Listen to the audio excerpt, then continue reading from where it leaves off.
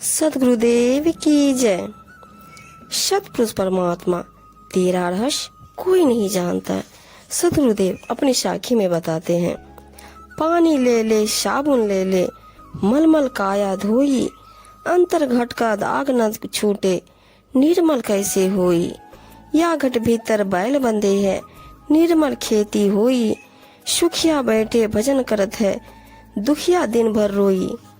या घट भीतर अग्नि जरत है, धूम न प्रगट होई। कह दिल जाने आप ना के, जासिर बीती होई। जर बिनु बेली बेली बिनु तुम्बा, बिनु फूले फल होई।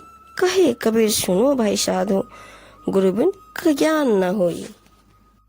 परमात्मा के ज्ञान से वंचित लोग पानी और साबुन ले लेकर अपने शरीर को रगड़ रगड़ कर धोते हैं, परंतु उनके शरीर के भीतर स्थित हृदय के राग द्वेष आदि दोष नहीं छूट पाते।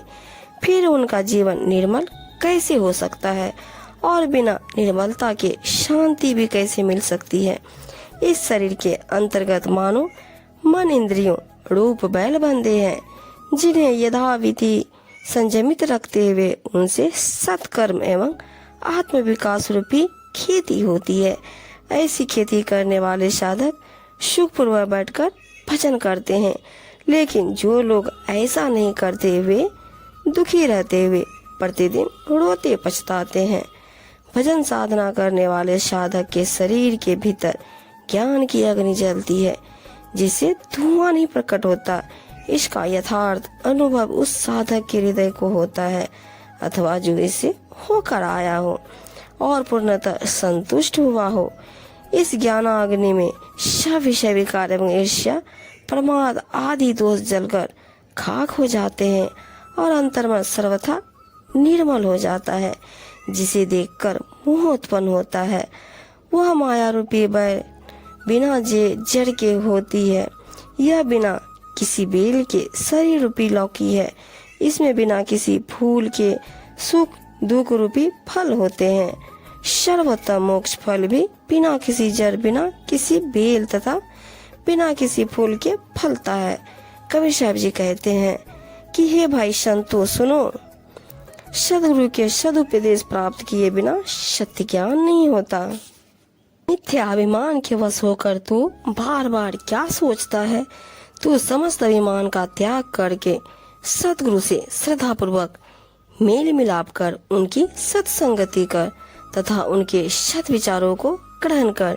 यदि किसी को नदी के पार जाना हो तो उसे नाव खेने वाले मल्लाह से विनम्रता पूर्वक मिलना चाहिए, तब मल्लाह उसे नदी पार करा देगा।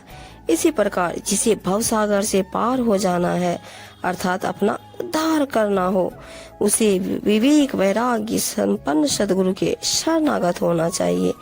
जब आश्रित साधक सदगुरु के सहारे भवसागर से पार हो जाता है, तब उससे इस संसार का जंजाल छूट जाता है।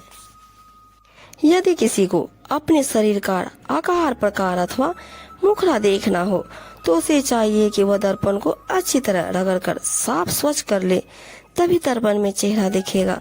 परंतु यदि दर्पण में मैल लगा हो तो मुखड़ा कैसे दिख पाएगा। इसी प्रकार जिसे आत्मज्ञान एवं आत्म साक्षात्कार की सिद्धि पाना हो तो उसे अपना मन दर्पण मल विक्षेप एवं आवरण दोष से पूर्णतः मुक्त करके निर्मल बनना चाहिए। निर्मल मन से ही कल्याण की स्थिति बनती है।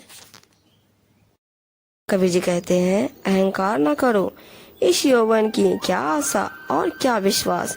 यह भी टीसू के फूल की तरह 10 दिन के लिए ही सुशोभित है, फिर झरकर खाली ठूंठ खंगर रह जाएगा। इसी प्रकार युवा स्तर थोड़ी समय ही दिखाई देती है। जन्मे मन विचारी के कूड़े काम निवारी, जिन पंथा तो ही चालना सोई पंथ संवारी। कबीर साहब जी कहते हैं, जन्म मरण जीव के कर्म फल भोगने के लिए है। ऐसा विचार कर सब पाप कर्मों को छोड़ दो, क्योंकि कर्मानुसार ही सुख दुख के फल सहने पड़ते हैं।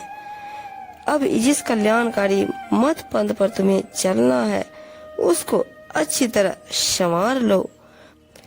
खलक मिला खाली हुआ, बहुत किया बकवाद, बांझ हिलावे पालना, तामे कौन सा बात।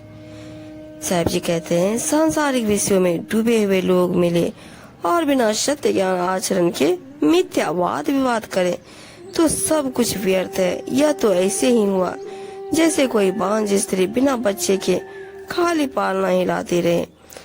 इस शरीर में प्राण निकलते ही यह शरीर मिट्टी में इस प्रकार मिल जाएगा जैसे आटे में नमक मिल जाता है। अर्थात मृत्यु का चक्र जगत में ऐसे ही चलता है।